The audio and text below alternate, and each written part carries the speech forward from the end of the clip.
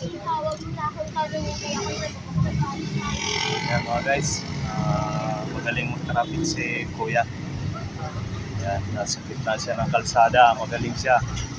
Ayan, parang iniilagan siya ng mga sakyan mga guys. Ayan, sobrang napakagaling na mag-traffic mga guys. Ayan. Ayan mga guys, si Kuya, magaling mag-traffic. Kahit nasa gitna siya ng kalsada, baliwala sa kanya. Pagkagaling niyang mag-traffic mga guys. Ayan.